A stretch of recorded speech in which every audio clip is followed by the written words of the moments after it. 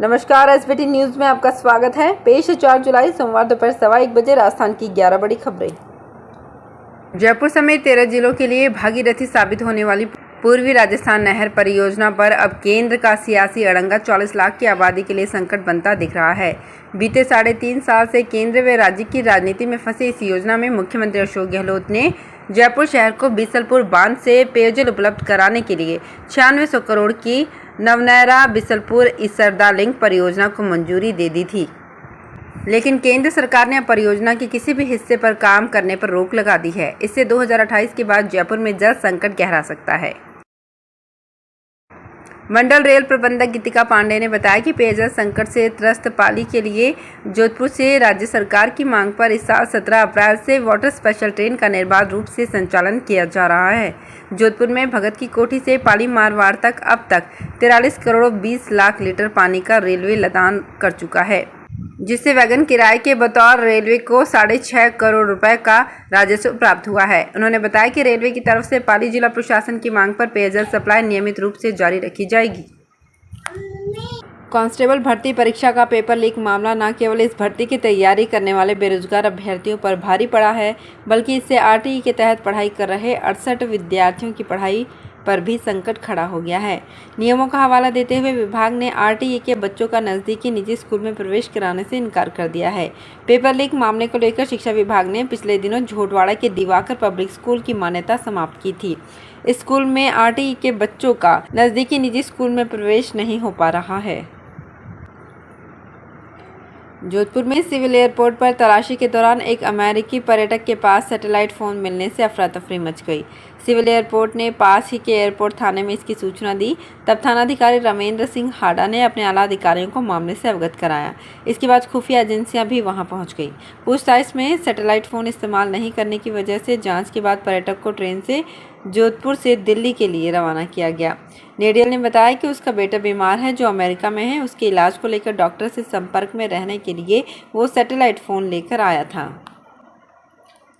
सीकर शहर के बजाज रोड पर रविवार देर रात एक पुरानी दीवार बारिश के चलते आई सिलन के कारण गिर गई, जो नीचे बनी दुकानों के छज्जे पर जा गिरी। गनीमत ये रही कि रात के समय सड़क पर कोई ट्रैफिक नहीं था, वरना जनहानि हो सकती थी। फिलहाल दीवार के मलबे को हटाया जा रहा है। एहतियात के तौर पर कुछ दूरी की सड़क को भी बंद किया गया है। किसी अपराध की जांच में दोषियों को पकड़ने के लिए फिंगरप्रिंट्स की भूमिका अहम होती है। इसकी जांच में इस्तेमाल होने वाली किट के 10 ग्राम पाउडर पर 3,850 रुपये खर्च आता है। जयपुर के शोधकर्ताओं ने गन्ने के कचरे से फिंगरप्रिंट लेने का तरीका खोज लिया है, जिस पर सिर्फ 50 रुपये खर्च आएगा। शोध टीम में चूरू के 20 वर्षीय युवक विनय आसेरी भी हैं। आसेरी बताते हैं कि ये देश का सबसे सस्ता फिंगरप्रिंट देखने का तरीका होगा। विवेकानंद ग्लोबल यूनिवर्सिटी के फोरेंसिक साइंस विभाग का दावा है कि नया पाउडर फेफड़ों की बीमारी से भी बचाएगा। पासपोर्ट ऑफिस की तर्ज पर अब जयपुर में जमीन, मकान या फ्लैट की रजिस्ट्री कराने के लिए भी टाइम स्लॉट प्रणाली लागू की जाएगी। ये व्यवस्था तीनों डीआईजी स्टैम्प के उप पंजीयन कार्यालयों में होगी। फिलहाल ये प्रयोग 2 महीने के लिए होगा। अजमेर, उदयपुर और जोधपुर में इस व्यवस्था को 2 महीने पहले लागू किया गया था। वहां सफल होने के बाद इसे यहां लागू किया गया है। नई व्यवस्था में लोगों को अब 3 दिन पहले ही रजिस्ट्री कराने के लिए टाइम दे दिया जाएगा। राजस्थान सरकार ने एक तरफ बोर्ड आयोगों में राजनीतिक नियुक्तियां कर दी, लेकिन प्रदेश में कला, साहित्य, भाषा और संस्कृति को बढ़ाने का जिम्मा जिन अकादमियों पर था, वे 3.5 साल से स्थायी अध्यक्ष, सचिव और सदस्यों के अभाव में काम कर रही है। नियुक्तियां नहीं होने से प्रशासनिक अधिकारियों के भरोसे चल रही अकादमियां कलाकारों और विद्वानों के लिए पुरस्कार समारोह का आयोजन, ग्रंथों के प्रकाशन के साथ ही नीतिगत निर्णय नहीं ले पा रही है।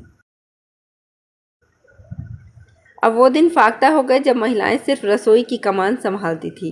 आंकड़े बताते हैं कि राजस्थान की राजधानी जयपुर में महिलाएं तेजी से ड्राइविंग लाइसेंस बना रही हैं। पिछले 2 साल में तो ये आंकड़ा इतनी तेजी से बढ़ा है कि अगर रफ्तार यही बनी रही तो आने वाले समय में लगभग हर महिला के हाथों में घर के साथ साथ कार की भी कमान होगी।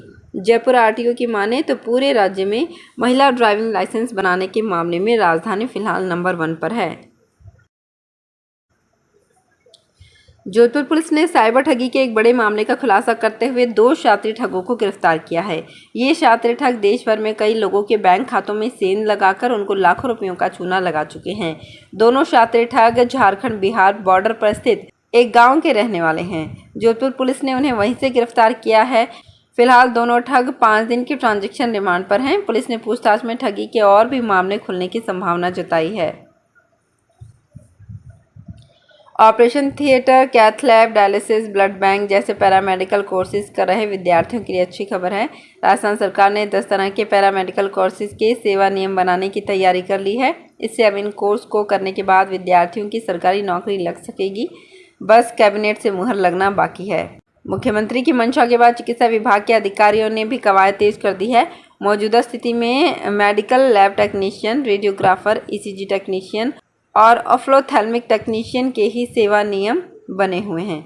इधर चिकित्सा एवं स्वास्थ्य विभाग ने मेडिकल लैब टेक्नीशियन के 900 और असिस्टेंट रेडियोग्राफर के 800 पदों पर भर्ती कराने के लिए कर्मचारी चयन बोर्ड को अभ्यर्थना भेजी है।